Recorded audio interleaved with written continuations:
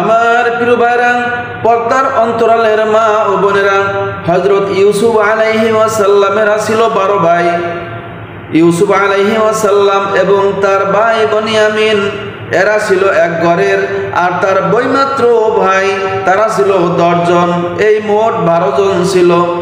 এই বৈমাত্র ভাইরা তারা একে অপরকে পরামর্শ করতে লাগলো যে আমাদের পিতা হযরত ইউসুফ আলাইহিস সালামকে এবং তার ভাই বনিয়ামিনকে অত্যাধিক মহব্বত করেন, ভালোবাসেন আমাদেরকে বাদ দিয়ে, অথচ আমরা শক্তিশালী একটা দল, একটা কাজ করা যাক।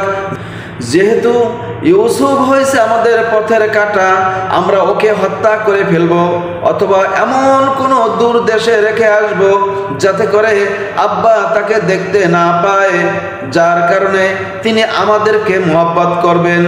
পরবর্তীতে আমরা আল্লাহ রাব্বুল আলামিনের কাছে তওবা করে নেব, আল্লাহ রাব্বুল আলামিন আমাদেরকে ক্ষমা করবেন।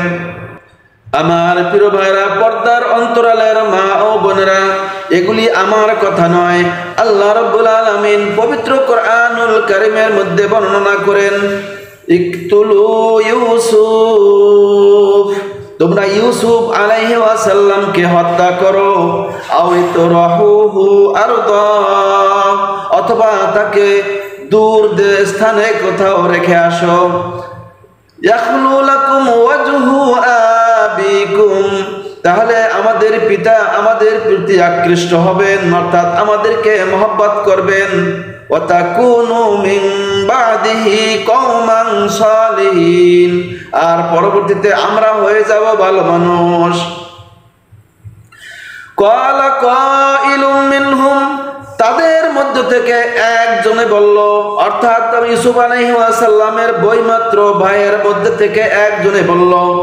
ইবনে কাসির বর্ণনা করেন, কাতাদা রাদিয়াল্লাহু এবং মুহাম্মদ ইবনে ইসহাক রাদিয়াল্লাহু তাআলা আনহু বর্ণনা করেন, যিনি বলেছিলেন তিনি হয়েছিলেন ওই ভাইদের মধ্যে সবচাইতে বড়, তার নাম ছিল রাউবিল। কিন্তু সুদ্দি রাদিয়াল্লাহু তাআলা আনহু তিনি বর্ণনা করেন যে না, তার নাম ছিল ইয়াহুদা।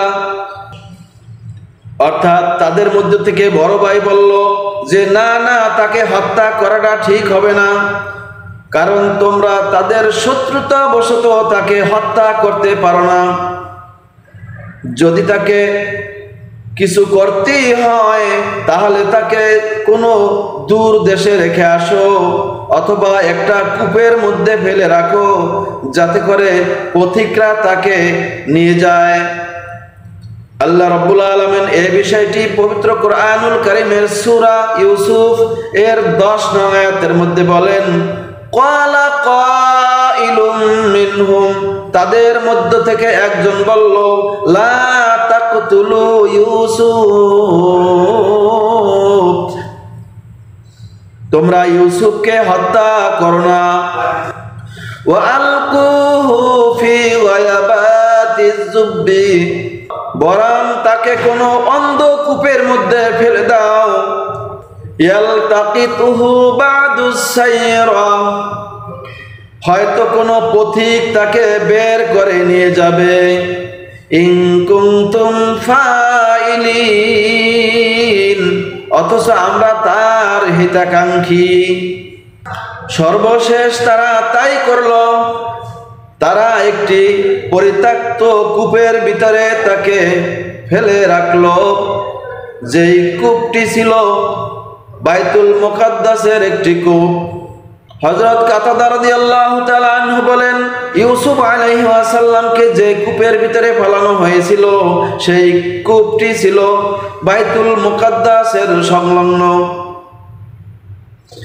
সেখানে তারা হযরতে ইউসুফ আলাইহিস সালামকে ফেলে রাখা হয়।